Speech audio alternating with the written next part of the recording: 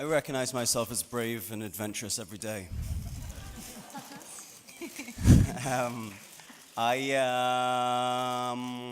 mean, this film was a pretty big adventure. We found ourselves in Colombia in the jungle, in a place north of Santa Marta on the borders between Colombia and Venezuela. It's pretty adventurous. There were all manner of things on any given day that thought it might be a nice idea to bite and attempt to kill us. James actually was minding his own business in the monitor tent one day, and there was a fairly beautiful, large, pinkish cream spider, and it was just a very, very thin piece of gauze, this tent, and James was leaning back on it, and the spider was climbing up his back, and I think the snake wrangler or somebody that knew that terrain saw this and panicked and swatted it away, and apparently if it had bitten James, he would have been dead in about 30 seconds. I think it was a really honest portrayal of what it was like for women then, and I think what I loved about Nina was that she was so modern, and he really celebrated that in her. They were Buddhist. She was a suffragette. She was raising children, but I don't think she ever sort of felt sorry for herself. She feels very strong and very contemporary and very liberated, but battling against the confines of a very oppressive society, which is something that's thankfully changed and is continuing to change. But I loved her. I mean, I guess I do have an intellectual curiosity in different characters I want to kind of try and empathize with. I guess I relate on that level, and also just in general reality, not just in my work. I kind of have that with my life as well. I just kind of I don't really like to judge people that much. How would I survive in that environment? I don't know. I mean, when I first read the script, I loved the idea of there being aspects of areas of the world that you could still explore and were totally uncontrolled. I mean, there are now, but I think something about everybody being so much more connected, it kind of takes away that mystery and kind of majesty of going into the unknown. I think I kind of tell myself I would kind of prefer that, but really I would probably want to have my Twitter. But yeah, I can relate on that level, I think.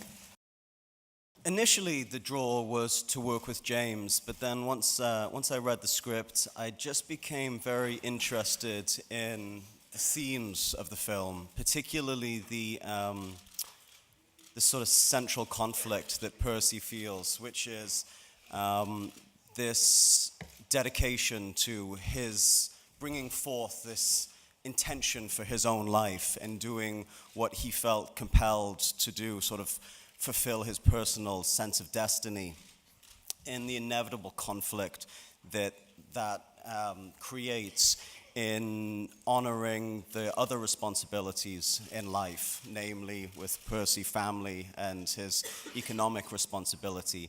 And that was something that I had, at that time in my life, after doing Sons of Anarchy for so long and doing a film in between every season, felt like I had been very, very selfish in neglecting my personal life and in my pursuit of my own sense of personal destiny. So that was something that I've been sort of grappling with and been interested in trying to reconcile in my own life for a while.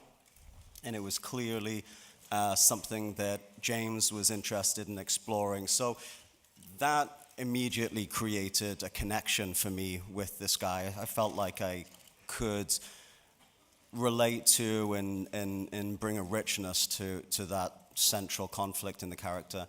And then just generally, I mean, I was hungry for an opportunity both with substance of material and quality of director to move forward in my career and do something, the level of work that I'd always been aspiring to do but hadn't quite achieved yet in my career. So this felt like the opportunity in a lot of ways that I'd been waiting my whole life for.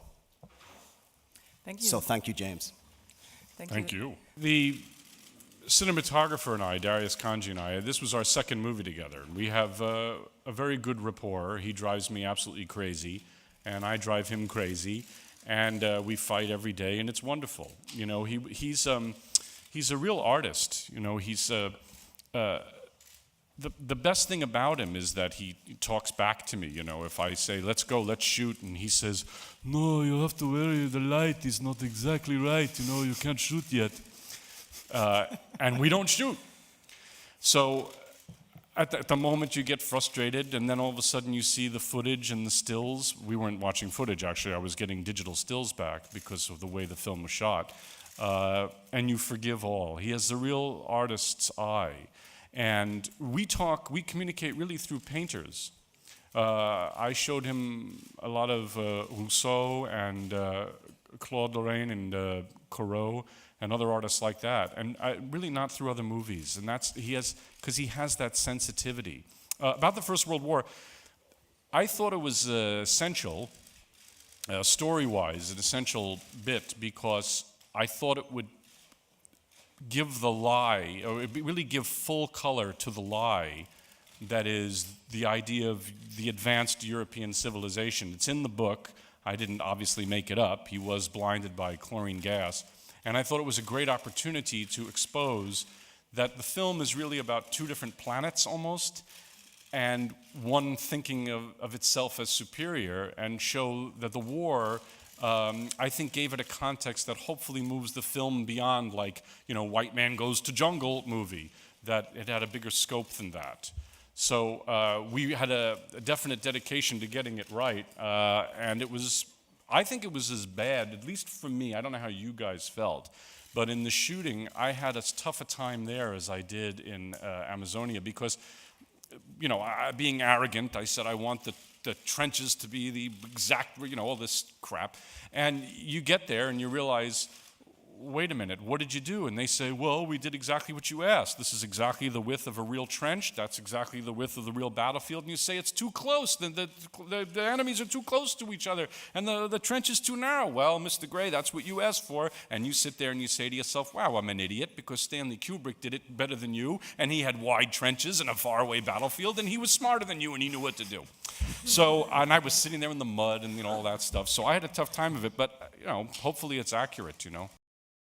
One of the great misfortunes of having a film in a festival is that you have all these people coming up to you and telling you how good other movies are, and you don't get to see any of them. And they say, oh, have you seen such and such? It's amazing. So the fact that there are a number of other true stories I'm totally blind to, because, you know, I was on Air Berlin, you know, eating food like Spätzle an hour ago or whatever. So I have no idea what's going on. But in this case, a true story, it's not really a factor for me whether it's a true story or not. I know it's a draw for many people.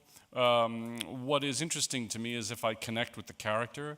And when I read the book, when I was sent the book, what interested me was a person who felt inadequate, and the power of class to determine his worldview and his desires, the power of class to shape him and what he wanted and what he felt like he didn't have. And that was a very powerful idea to me. So that was really the reason I pursued it. The movie, unfortunately, is, I think, as relevant as ever, because we cannot close the book on what is clearly a white, let's be honest here, a white and very racist colonialist view of the world. And unfortunately, it still needs exposure. So I wish I could say, you know, that we don't have this wave of nationalism that's gripping the world now, but we do. And more than ever, I think we need to be reminded that we're all made of the same clay. So the unfortunate truth is I think it's very relevant, and I wish it weren't. Well, the irony is I had been obsessed with a certain degree of accuracy, right? I thought I'm going to go down to Brazil, where he actually was. But as you know, if you're from Brazil, large portions of where Fawcett were, which were deep jungle, are now basically soybean fields for farming. So as much as I would have wanted to shoot where he was, I didn't want the film to look like Nebraska. So there I knew that I was in a little bit of trouble because there's no longer a possibility to be exactly accurate. Given that fact, I was offered many opportunities to make the film in Southeast Asia, Australia, South Africa, places like that.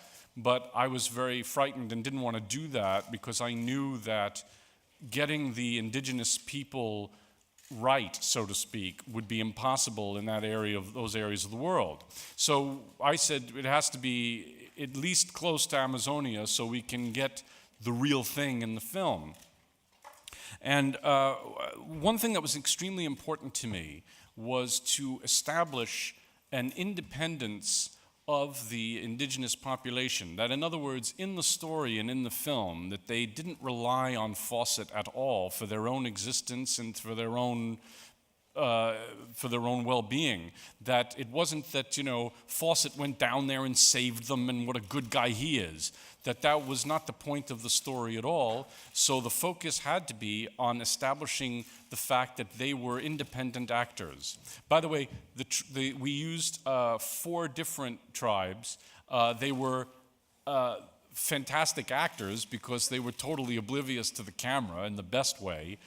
But directing was impossible because I would tell them to do something, I would ask for something to be done, and then you would have someone translate it into either Spanish or Portuguese, and then the Portuguese or Spanish would be translated into their language, and then, so you would say, can you do me a favor and walk and sit over there? And then by the time it got translated, they were jumping up and down. So I realized that there was going to be this big gap.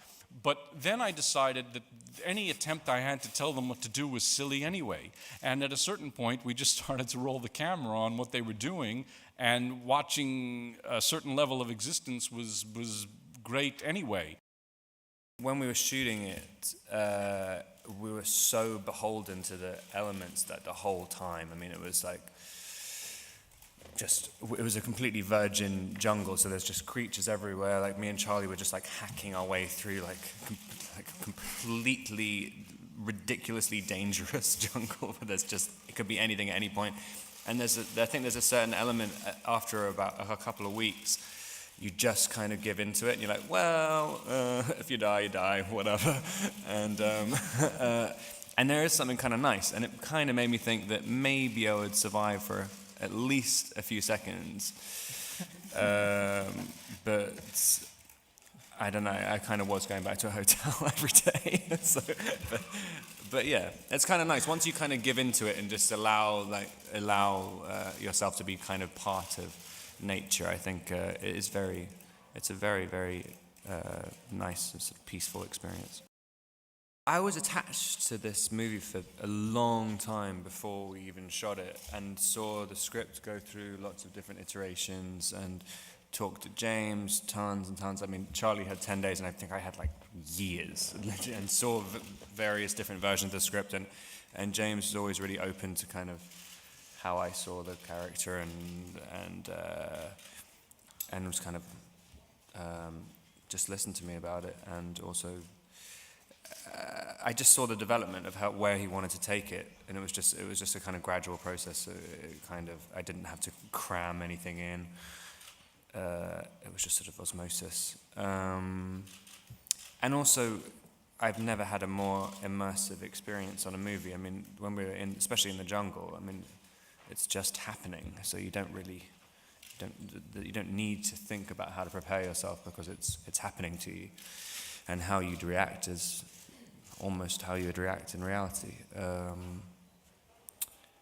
What's my favorite movie? This is my favorite movie, obviously.